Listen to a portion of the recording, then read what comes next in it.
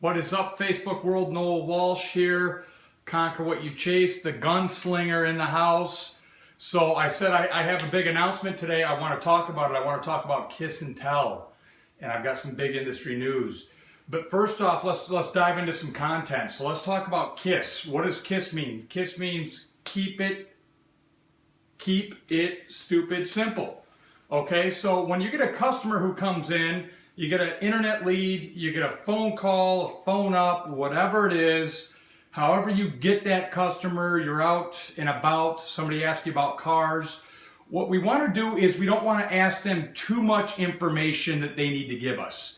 That's a put off, okay? If you're asking for more than you're giving and they're trying to buy from you, that is a put off. They don't want it. They aren't interested. That is a complete put off.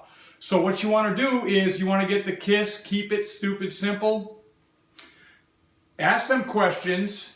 If they are a hermit and they're completely into themselves, then you do need to draw and pull information out of them. I get that. I've been there. I've done this. But keep it stupid simple.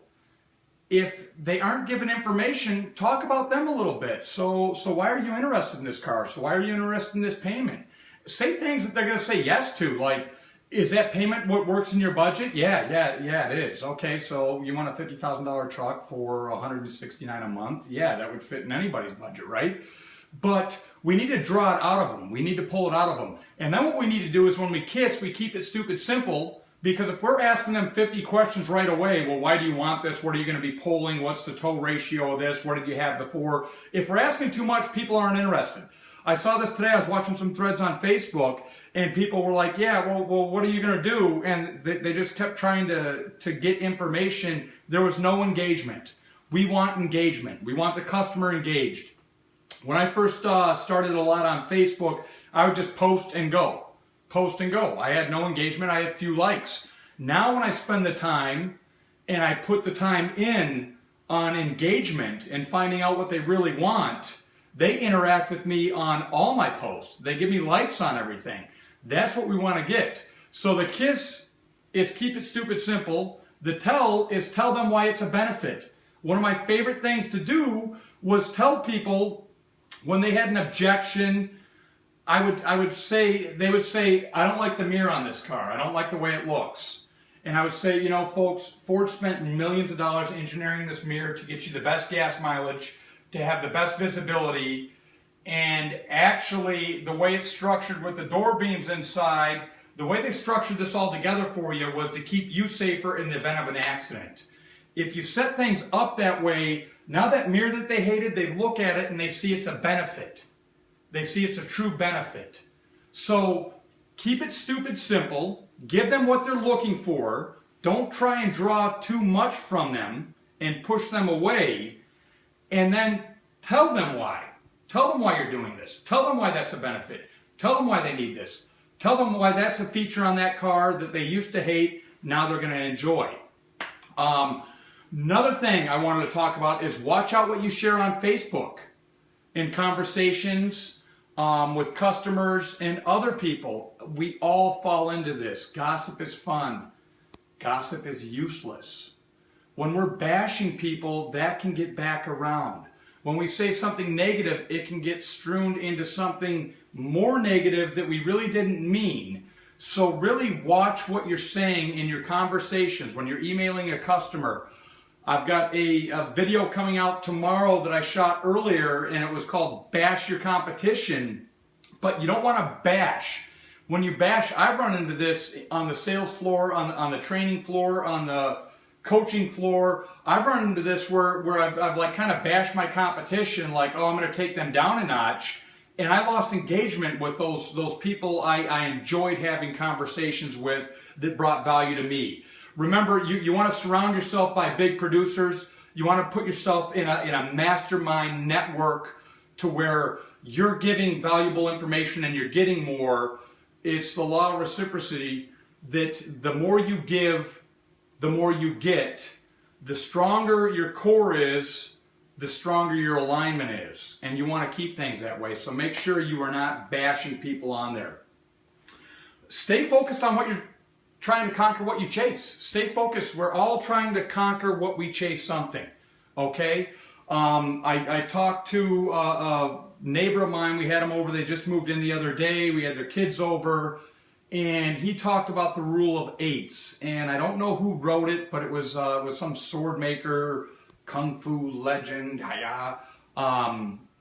in Japan or thereabouts. But he said, don't try and be a 10. Try and be an 8 in everything you do.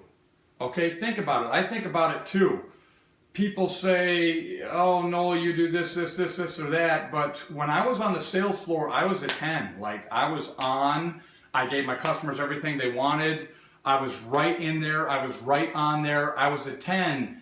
But when you're a 10 at something, you're lacking at other places, okay? So I might have been a 10 salesman, but maybe I was a 4 to my managers because I was so confident and so I put out so much and I just didn't get much, so I just wanted to push them down for not giving much.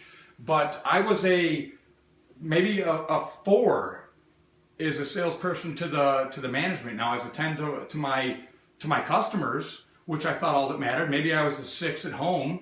Maybe as far as taking care of myself, I was a 5. But go with the law of 8s. 8, 8, 8, 8. I want to be 8 as a sales trainer. I want to be 8 as a sales coach. I want to be 8 as a dad. I want to be 8 as taking care of myself. 8's a lot easier to go for. And then when you do all 8s, it's easier to be that 10 and hammer it down. So go for the law of 8s. Create a strong network and don't alienate or hate people. Like I'll get bashed and I'll see it on threads or I'll see other people bash people. But, you know, if you're kind to them and you're nice to them, just like a customer who comes in and they bash you, you know they aren't going to buy anyways because they're set on the Toyota Prius and they hate Ford and they just came in because their neighbor works for Ford. I used to deal with that all the time. But I could bash them and give them facts and say, I could say a million things that could downgrade them. But if I lift them up while they're downgrading me, guess what? When they know somebody who's looking for a Ford, they're going to send them my way. So we don't need to bash people who are against us or who don't have similar beliefs. We need to engage them. And my wife always teaches me, the sexiest camera filmer in the world, filming me right now, always tells me that kill people with kindness. When somebody's coming strong and mean and hard, like I'm a warrior. That's like my makeup. Like I'm a warrior. If you see me, I travel all over. I go everywhere. Like a drop of a hat, I'm there. I'm a warrior. But she taught me that when somebody is trying to pull you down, or let's say I give somebody 50 likes, and you know you can go to these groups and see who's like seen your post and they don't like it, and I like all their stuff. Like that used to bother me. Guess what? I'm gonna still give them likes. Like that's their choice. So I'm going to choose to be like nice and kind and be a good person and give, because in one way or another it will come back. But if you're being selfish and you're holding, going back to the kiss and tell, if you're being selfish and you're holding, like it's not going to come back. It's not going to come back and give to you. If you give, giving always comes back. I don't care what faith you are, what you believe in. There is a higher power out there that controls the universe, that controls us as beings, and I've realized that through different levels in my life. But like when I was doing the right thing, all the right things come into line. When you're doing the wrong thing, all the wrong things come into line. So, you know, synchronize yourself with the person that you want to be, and you'll get synchronized in the world and you'll get surrounded by the right people. Another thing I want to talk about, the big jaw-dropping news, is I am coming out with virtual within the next month or so. I'm flying out to the Midwest here soon, and I'm coming out with my virtual program. A lot of people who I did coaching for, who I do training for, said that they want a virtual program. I've lost some business of that. So I'm going to be having the Gunslingers virtual training on www.NW&ASalesTraining.com. I'm going to make sure it's priced right. It's going to be full of content. Keep in mind, I have 16 years automotive industry experience. Okay, 16 years I've been on the floor selling cars. Some years were very plentiful, very good. Some years were low. I learned more when I was low than I did when I was plentiful, because when I was plentiful, I was just doing the same things that worked every day. Creature, habit, a process. The other day I talked about goals are useless. It is useless to say I'm going to make 100 grand this year. That's useless unless you have a plan, a process, a purpose, and take action.